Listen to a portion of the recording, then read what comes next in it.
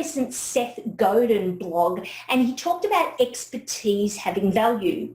One of the things I'm often asked by people is, could I take a look at a spreadsheet or a document, and that there's probably something simple that I'll find in a moment that they've been looking for ages.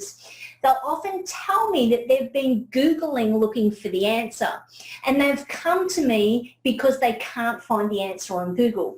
Really, the reason they can't find the answer on Google, the reason maybe you can't find the answer on Google, is probably not because Google doesn't have the answer, but probably the question you're asking isn't as simple as you think it might be.